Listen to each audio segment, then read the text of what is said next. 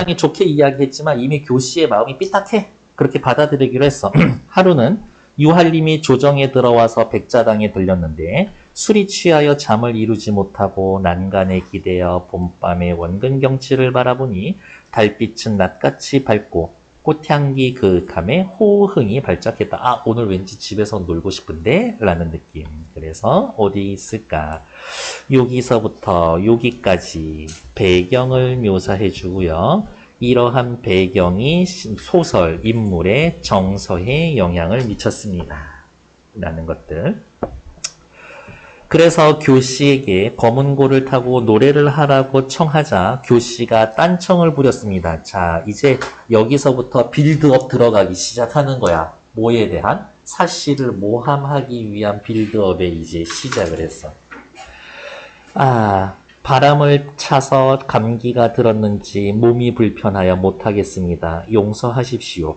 유할림이가 노래를 하라고 청했는데도 교씨는 어떻게 그러한 남편의 요청을 거절하고 있는 거죠.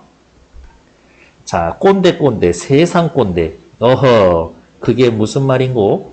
여자의 도리는 남편이 죽을 일을 하라고 해도 반드시 어겨서는 안 되는 법인데 그대가 병을 핑계로 내 말을 거역하니 무슨 못마땅한 일로 있어서 그런 것인가? 어때요? 세상 꼰대죠. 여자는 남자가 하라면 하는 거지. 뭐 말이 많아. 라서 바로 남성 중심. 가부장적 가치관.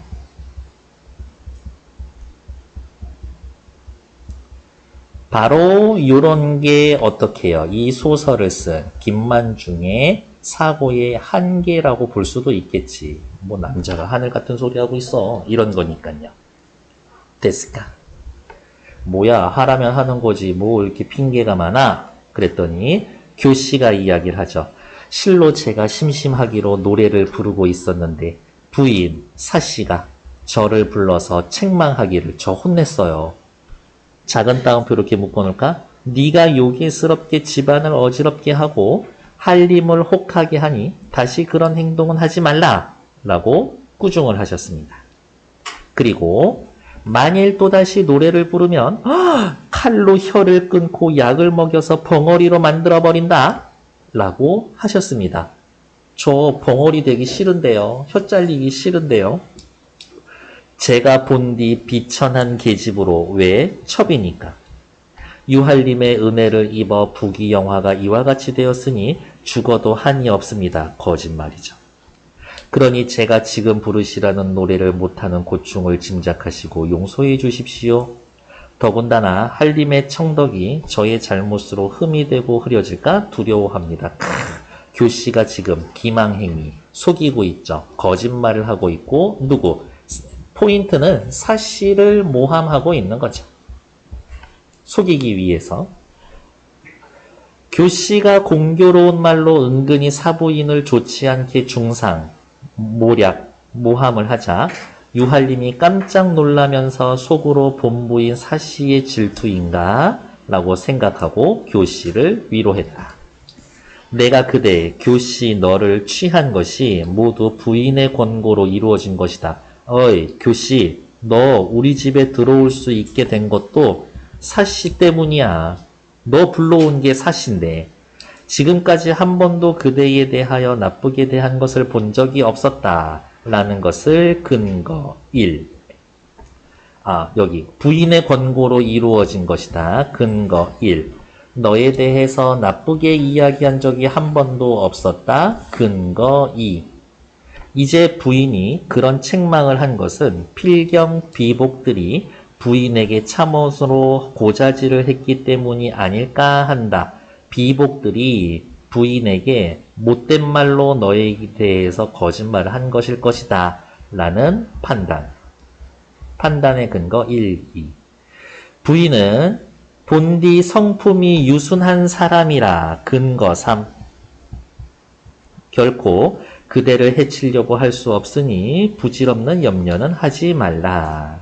라는 것들. 사씨 그런 여인 아니야. 너 혀 자르고 벙어리 만들 정도로 그렇게 악한 여자 아니야. 라고 하면서 어머 옆에다가 뭐라고 쓰면은데요. 교씨의 모함이 실패했습니다. 이거죠. 교씨는 가슴이 투기로 타올랐으나 대범한 유할림의 말에는 잠자코 있었습니다. 오히려 유할림의 동정을 사게 되었습니다. 사실 첫째 부인인데 첩한테 오히려 질투받고 모함당하고 있구나 라면서 교씨의 모함이 실패한 것을 넘어서 이제 역효과가 나타나고 있는 거죠. 속담에도 호랑이 그림에서 뼈를 그리기 어렵고 사람의 사귐에서도 마음을 알기 어렵다고 하듯이 여기에서의 뼈와 마음은 뭐예요? 숨겨진 의도 혹은 숨겨진 본성은 알기 어렵다고 하듯이 교씨는 교원영색으로 괄호 말은 겸손한 탈을 쓰고 있었으므로 사부인은 교씨가 겉다르고 속다른 본심, 겉다르고 속다르다 표리부동. 밖에서는 하하호호 하면서 뒤에서는 뒤통수 칠 생각하고 있었겠죠. 그럴 때 쓸 수 있는 사자성어도 하나 있지. 구밀복검. 입에는 꿀을 머금고 뱃속에는 칼을 품고 있다. 좋은 얘기 해주면서 뒤통수 칠 생각을 하고 있다. 교씨가 겉다르고 속다른 본심을 알 수가 없었다. 사부인이 교씨를 훈계한 것은 조금도 질투에서 나온 사심이 아니었었다. 다만 음란한 노래로 장부의 마음을 미혹할까 염려한 것보다는 실로 교씨에게 정숙한 여자의 몸가짐을 하라는 심정에서 충고한데 지나지 않은 것이었다. 진짜 교씨를 생각해서 한 말이었지. 그러나 교씨는 사부인의 충고에 원한을 품고 교묘한 말로 유할림에게 은연한 모함을 하여 내화, 가정 내의 불화를 빚어내게 하였으니 이것은 교씨의 요악한 투기 때문이었다. 자, 이거 누가 한 말이에요? 바로 서술자가 한 말이죠. 서술자의 개입이 들어가 있지. 서술자의 개입을 통해 사건과 인물의 심리를 요약적으로 제시해주고 있습니다. 서술자가 개입해서 이렇게 사건과 심리를 요약해서 제시하다 보니 사건 전개가 어떻게 들어갈 거예요? 빠르게 흘러가겠지. 사건 전개가 빠르게 진행될 겁니다. 이때 유할림의 친한 벗이 하나 있었는데 그 친구가 자기의 집사로 있던 남방 사람 동청을 천거하여 요 동청 나쁜 놈인 거 여러분들 알고 있죠? 나중에 사씨하고 붙어먹을 놈. 문객으로 두라고 권했었다. 그냥 집에서 밥 먹이고 일 시켜. 요 정도예요. 유할림이 마침 집사를 구하던 중이라 고전소설의 특징, 우연성. 집안일을 보게 하였다. 동청은 영리하고 민첩하여 남의 마음을 잘 맞추어 영합하기를 잘 했었다. 요 정도 괄호 인물의 성격을 직접 제시해주고 있죠. 유할림은 동청을 불러서 사람됨을 보았을 때 동청의 언사가 민첩하여 흐르는 물 같아 말과 행동이 참 빠르고 자연스러워. 유할림은 믿는 친구의 추천에다가 1. 그처럼 영리했기 때문에 2. 그래서 집에 두고 서사로서의 일을 시켰다. 그런데 동청에 위인이 간사하고 교활하여 아첨하고자 하는 것을 미리 알아차리고 비위를 잘 맞추었기 때문에 순진한 유할림이 기뻐하고 신임하게 되었습니다. 바로 이제 어쨌든 집안에 들어왔으니까 가정 내에 문제가 발생할 것이겠구나 라는 걸 암시하게 되는 거죠. 그러면 이렇게 얘기해 줄 수가 있겠는데요. 뭐라고?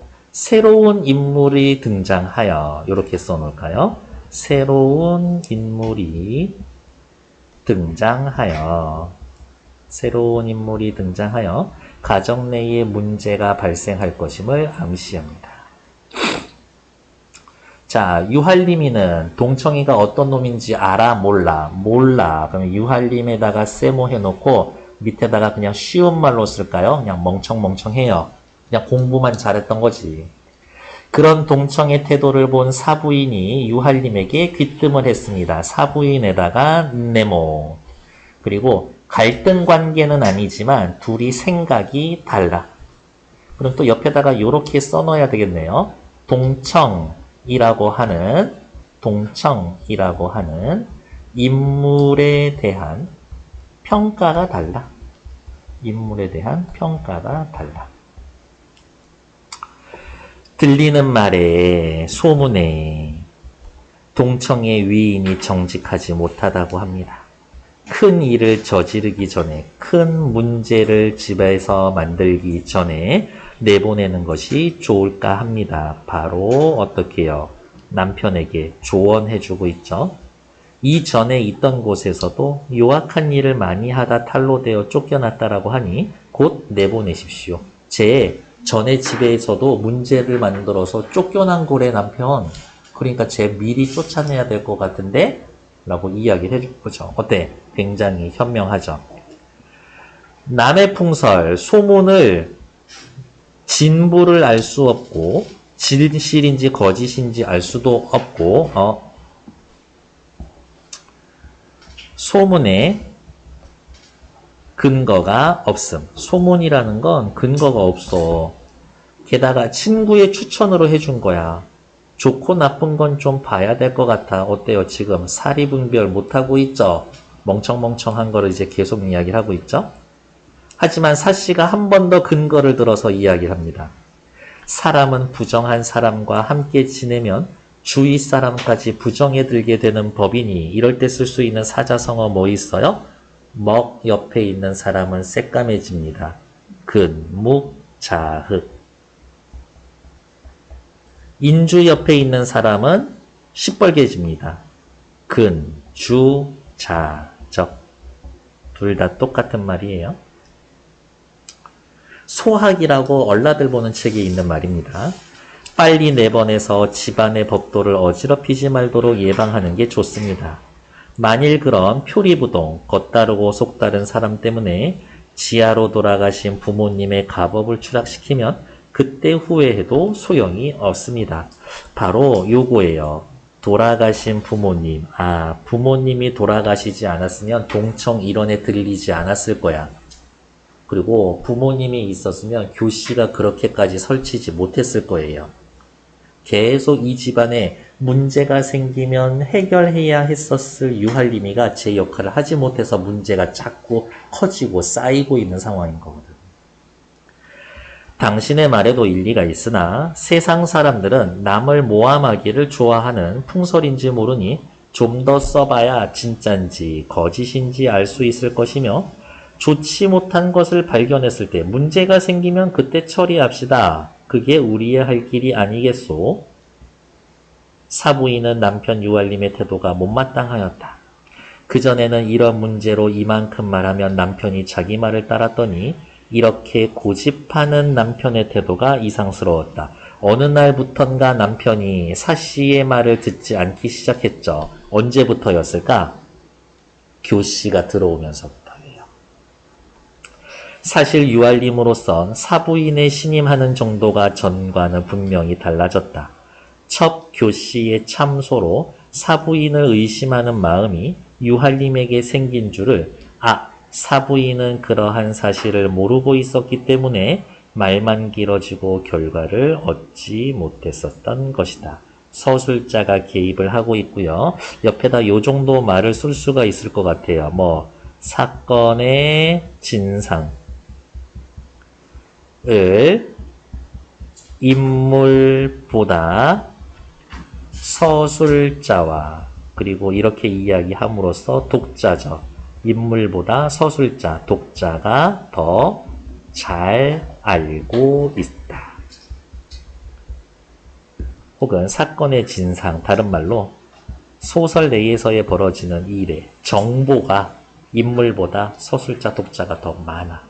그러니까 내가 알고 있는 걸 주인공 사씨가 모르니까 이 글을 읽는 독자들은 사씨가 위기에 빠지고 그럴 때마다 어떻게 속상하고 안타깝겠지. 유할림이가 이런 얘기할 때마다 유할림이 욕하고 있겠지. 그 후로 동청은 큰집 살림의 집사로 일을 보았는데 유할림의 비위 맞추기에 노력했고 유할림은 사씨의 충고도 공연한 말이라 다 잊어버리고 신임하면서 중요한 집안일을 거의 다 일임했습니다. 이제 문제가 생기는 거지. 다음 페이지. 하루는 남매가 사씨의 시비와 함께 놀다가 들어와 교씨에게 말을 했습니다. 여기에서의 이제 남매가 하는 일은 누구? 교씨에게 요로요로합니다 라는 정보를 제공해주는 역할을 하죠. 그리고 나중에 교씨가 시키는 대로 나쁜 짓 다 할 거예요. 그래서 남매라고 하면 교씨의 조력자 정도가 될 겁니다. 교씨의 조력자가 될 거예요. 시키는 대로 할 거거든. 춘방이의 말을 들었더니 사부인의 태기가 있다고 합니다. 사부인에게 태기가 있습니다. 집안으로 봤었을 때는 경사지만 교씨 입장에서의 봤었을 때는 어떻게 해요? 이거 완전 위기지. 집안에서의 존재 이유가 사라지는 거야. 교씨가 크게 놀라 말했다. 10년 만에 처음으로 태기가 있다니 진실로 세상에 드문 일이군. 필시 월사가 그릇되어 생긴 것일 것이야. 그 여성들 하는 생리 있죠? 이게 잘못된 걸 거야. 계산이 날짜가 잘못된 거겠지. 이어서 가만히 생각을 했다. 만약 누가 사씨가 아들을 갖는다면 내 아들 누구? 장주가 매우 무색해지겠지. 왜? 내 아들은 아무리 그렇다라고 해도 서자니까. 그러면 사씨의 아들은 누구야? 적자지. 이렇게. 내 아들은 홍길동처럼 될 거야. 홍길동 취급받을 텐데. 어떻게 좋은 계책을 얻을 수가 없을까?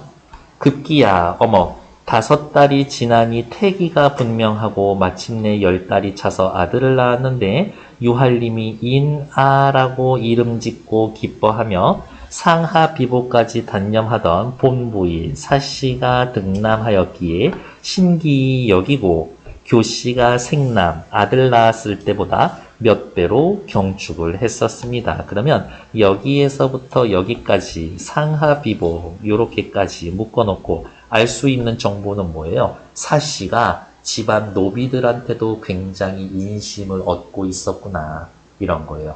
나중에 소설 보면 어느 장면도 나오냐면 투기를 이유로 해서 사씨가 쫓겨나고 교씨가 이제 그날 오늘부터 내가 이 집의 정부인이다 라는 식을 엄청 거하게 행하고 사씨를 쫓아내는데 노비 중에 몇 명은 그 분위기에서 저희 사씨 배웅 좀 하고 올게요. 이렇게 얘기하는 노비들도 있을 정도야.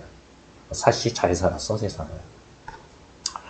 교씨가 이런 유할림과 집안의 기생을 보고 질투가 더욱 심해져서 간장이 타오르는 줄 어찌할 바를 몰랐다.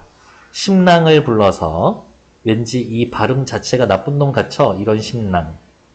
이 사실을 전하고 밥빨리 사씨 음해의 비방을 행하라고 재촉을 했다. 심랑은 곧 요물을 만들어서 서면에 묻고 교씨의 신복 시비인 남매를 시켜서 이리저리 해라 라고 가르쳐 주었다. 그런 간악한 음모가 비밀리에 전해지고 있었던 것을 교씨, 심랑, 시비, 남매 세 사람 이외에는 아무도 알지 못했었다. 수작을 부려서 사씨가 집안에 남자를 끌어들이고 있습니다. 뭐 이런 식으로. 집에서 사씨가 쫓겨나요. 그리고 나서 어디를 가냐면 보통 여러분들이면 어디 가겠어? 결혼했다가 남편 집에서 쫓겨났어. 그럼 어디 가겠어? 친정 가겠지. 근데 이 사씨 이 여자는 친정에 안 가. 어디 가냐면 돌아가신 시부모 묘가 있는 산에 가. 왜? 돌아가신 부모님 묘를 내가 관리하면서 시부모 내가 모시겠다. 그런 여자예요. 그래서 시부모가 있는 산에서 초가집을 얻어서 살게 된다. 그때도 이제 교씨가 이야기를 해요. 아 뭐야 왜 지가 뭔데 거기에 가서 있어요 하면서 유할림이 남편한테 그 근처에서 살지 말라고 얘기하고 쫓아내면 안 돼요? 그랬더니 유할림이가 그때는 또 이 얘기를 하지. 이미 우리 집에서 쫓겨났기 때문에 우리 집 사람이 아니라서 내가 뭐 이래라 저래라 할 수 있는 거 아니야.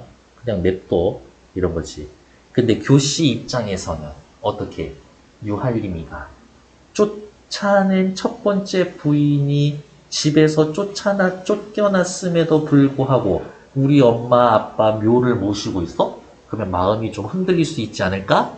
라고 교씨가 생각을 하고 거기에서마저 사씨를 이제 쫓아내려고 하는 거지. 교씨는 악독하게 끝까지 사씨를 찾아가 동청과 다시 흉계를 꾸밉니다. 냉진이라는 자를 보내서 욕보이려고 했지만 사씨가 먼저 떠나서 실패하게 되고 교씨는 이 모든 사실을 연수가 알게 될까 두려워서 간신인 엄승상을 통해 유배를 보내게 됩니다.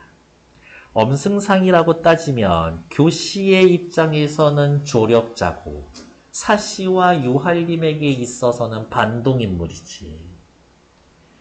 모든 재산을 훔쳐서 달아나던 중에 황제의 명으로 집으로 다시 돌아오던 연수를 만납니다. 동청은 연수를 죽이기 위해 상금을 걸고 일이 너무 이제 대범해지고 커지고 있지 않아? 청부살인을 시도하는데 연수는 가까스로 쪽배 한 척을 발견하고 도망을 치고 거기에서 소복을 입고 있는 여자를 만났는데 어머 만나도 어떻게 이렇게 만나? 그녀가 바로 사씨였다. 역시 고전소설의 특징 중에 하나 우연성. 어쩌고 저쩌고 유할림이 어전을 하직하고 집으로 돌아오니 암튼 일을 다 수습하고 이제 집으로 돌아왔어요. 비복들이 나와서 맞이하며 눈물을 흘렸다. 집안이 황량하고 정자가 잡초가 무성하여 주인이 없음을 여신이 드러내고 있었다. 배경 묘사를 통해 인물의 행적을 암시합니다. 집안이 이렇게 개판이 됐습니까? 왜 그랬을까? 집안에 유할림이도 없고 사씨도 없고 유할림과 사씨의 부재로 인함. 집안이 개판이 되는 거죠. 유할림이 사당에 참배하고 통곡 사죄하고 고모 두 부인을 찾아서 사죄하는데 이 또 두 부인이 어느 정도냐면 사씨를 엄청 이뻐해. 사씨가 처음에 교씨 드리려고 계획을 세웠을 때 두 부인이 불러. 자기 조카 부인이지. 그러니까 조카 며느리를 데려다 불러. 너 그러면 큰일 나. 남자 사내놈들이라는 게 그렇게 되면 정신 빠져서 너 나중에 집안에서의 위치를 잃어. 사씨를 되게 걱정해줘.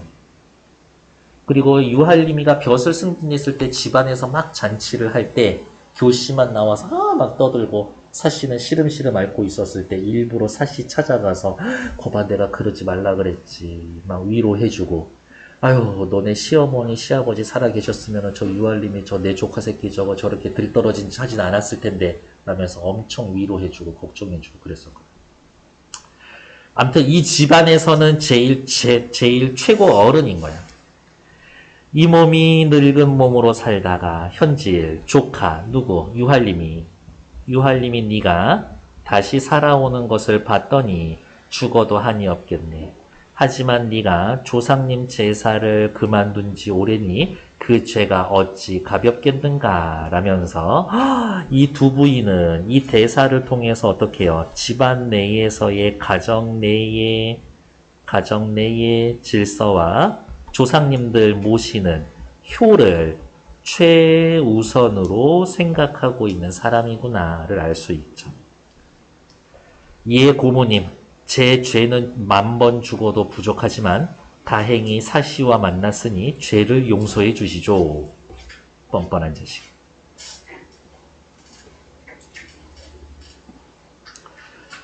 두 부인이 질부 사씨와 다시 만났다라는 말에 놀라운 기쁨을 참지 못하고 조카야 우리 집안에 너희의 애군이 이제 다 했구나. 불행 끝 행복 시작. 옛날에 현인에게는 보기를 내리고 악인에게는 재화를 만난다라고 하니 과로 재앙과화 뭐 이런 말 써도 되고 너무 어려운 말 썼는데요. 권선징악 결국에 일은 올바르게 돌아가게 되어 있다. 사필귀정 이제 네 잘못을 알겠느냐? 유할림은 전우사를 모두 고하고 앞으로 다시는 그런 간악함에 속지 않고 근심, 몸조심할 것을 다짐했다. 그 같은 대학이 세상 어찌 용납되겠습니까? 하고 거듭 사과를 하고 모든 친척이 유할림 찾아와서 할애하고 위로를 했다. 대악, 자신이 저지른 일에 대해서 대악이라고 이야기하고 있는 거죠. 반성 많이 한 것 같아요. 사씨 부인은 남편을 만나서 다시 육아의 주부가 되었으나 새로운 슬픔이 있었으니 아들 이나의 생사 소식이었다. 맞아. 사씨가 쫓겨날 때 자기만 쫓겨났거든. 아들 두고. 사방으로 수소문하였으나 이나의 행적은 묘연하여 알 길이 없었다. 신년을 맞이하여 부인이 유할림에게 은근히 술회하였다. 제가 잘못해서 교씨를 추천하는 바람에 집안이 탁란, 흐리고 란, 어지러움. 집안이 흐려지고 어지러워진 일을 회상하면 모골이 성연합니다.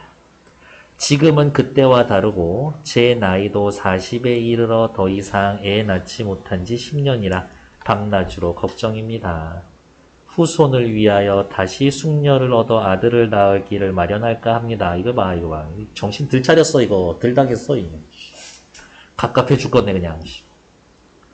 후손을 위하여 소시를 권하는 부인의 뜻은 고마우나 그 전에 교씨 때문에 우리 아들 이나의 생사도 알지 못하는데 통입골수, 고통이 들어간다 골수, 뼛속까지. 어찌 또다시 잡인, 첩을 집안에 들여놓을 수 있겠소. 통입골수. 하나만 더 쓸까요? 갑골통한. 부인이 한숨을 짓고 제가 한림과 동서 30년의 일점 혈육이던 이 나이의 생사도 모르고 아직 집안을 이을 아들이 없으니 지하에 가서 무슨 면목으로 조상을 뵙겠습니까? 비리를 저지르던 엄승상이 처형되고 동청과 냉짐도 처단이 되고 불안함을 느낀 교씨는 낙양으로 도망을 치고 교씨의 간교함으로 잃었던 아들 이나를 살려 동생으로 키우고 있었던 임낭자를 새로 첩으로 들여서 어머, 임낭자는 어때요? 저기 누구야? 사씨에게 있어서의 조력자가 되는 거지. 잃어버린 줄 알았던 자기 아들 이나를 데려다 키우고 있었던 것이. 첩으로 들여서 삼형제를 낳는다. 도망갔던 교씨는 잡혀서 처형을 당하고 유할림은 높은 벼슬에 오르고 사씨와 임낭자와 더불어 행복하고 안락한 세월을 보낸다. 고전소설의 특징 중에 하나 뭐 있었어요? 행복한 결말. 전형적인 고전소설의 특징을 잘 따라주고 있습니다. 라고 확인하시면 되겠지. 일단 정치.